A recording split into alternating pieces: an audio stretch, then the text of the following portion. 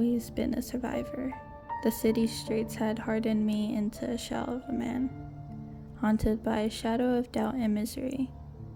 If I hadn't found Mary's shelter, I wonder if I would become a nameless statistic on a crime report. Mary's was always more than just a place to sleep. It was a place that promised a second life to me. Mary's was in an old building in a quiet corner of LA, its worn exterior starkly contrasting the warm inside. The walls, lined with bright floral wallpaper, sat observantly to the countless stories of struggle and repetition that passed by them. The smell of Mary's famous cooking greeted anyone who walked through its doors, a comforting embrace that seemed to be filled with dreams of a new life. The large print under the sign, "Everybody leaves Mary's with a purpose," was a beacon of hope to the lost. Mary, the owner, was a woman who seemed to personify love and acceptance. Her raw charisma drew those to her. Even when they didn't believe they needed help, she ran the shelter with a maternal warmth. But I never noticed how sharp her eyes were, observing every newcomer with compassion and quiet scrutiny. I knew I was lucky. With Mary's encouragement, I found talent for mechanics, secured a small apartment, and slowly rebuilt my life. It wasn't easy. The scars of homelessness ran deep in me, but Mary's shelter had been catalyst for my transformation.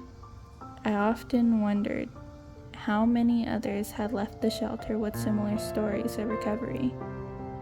I think about the friends I made and the family who supported me when no one else would. I prayed they had found the purpose I had. One night, I passed Mary's shelter on my way home from work and noticed something unusual. The lights in the kitchen were brighter than usual, and the smell of cooking seemed to emanate with nostalgic, intoxicating quality. It smelled like the first food I ever had at the shelter. Suddenly, I was burdened with the memories of what she did for me, and decided to visit Mary one final time to thank the woman who saved my life. When I entered, I was met with this strange silence. The usual chatter and clinking of dishes were absent. The regular loud noises of community were reduced to the silence of the grave. As I made my way to the kitchen, the source of aroma, I found Mary there, stirring a large pot on the stove. She looked up at me, her once stone-like expression cracking at my arrival. "Alec," she said, with a ting of shock covered by her suddenly warm tone. "I didn't expect you tonight." "Just stopped by," I replied. Obviously, to her, transformation from her usual bubbly self to a more reserved personality.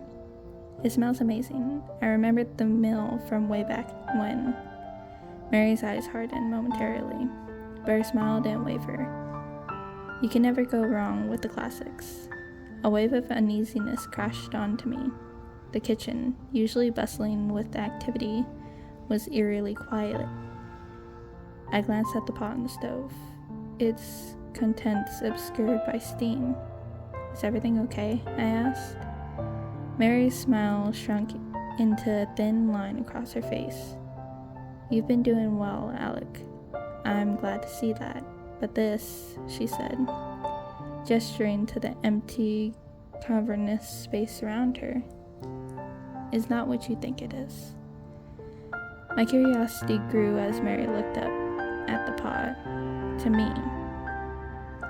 "You see," Mary continued, "not everyone who passes through here finds their purpose. Some people struggle and can't seem to move forward, no matter how hard I try to help.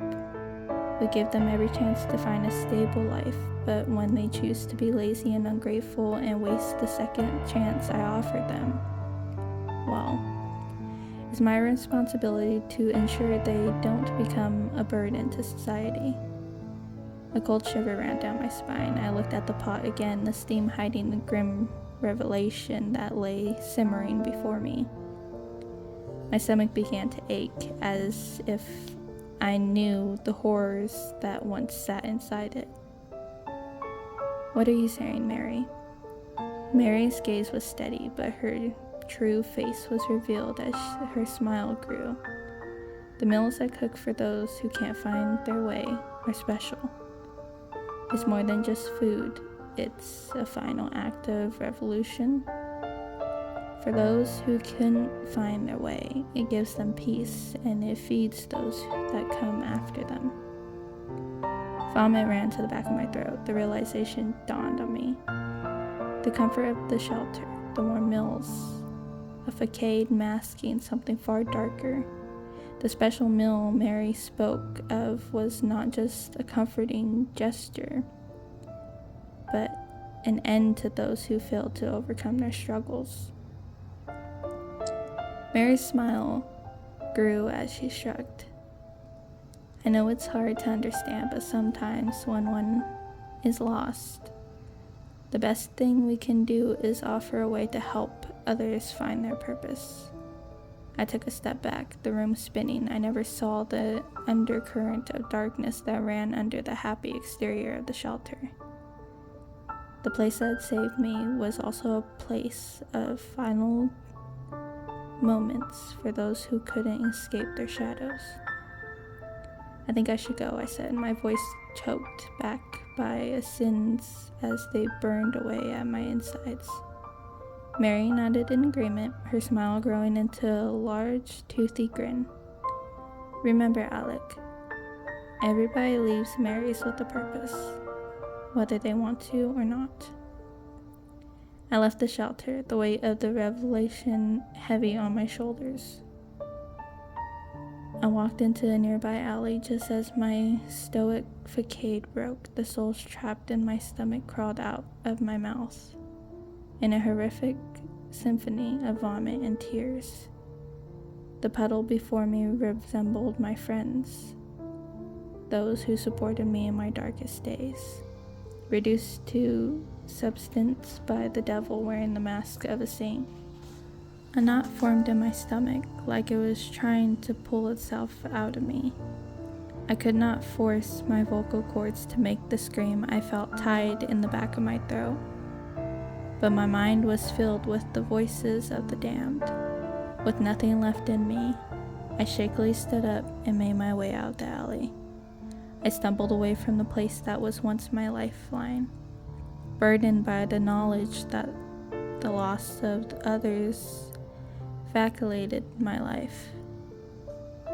The city lights glowed softly in the distance, but for me, no light would ever make way with the darkness that had followed me for the rest of my life. As I walked, the light in Mary's began to fade, until reaching total darkness. Tomorrow's meal was prepared.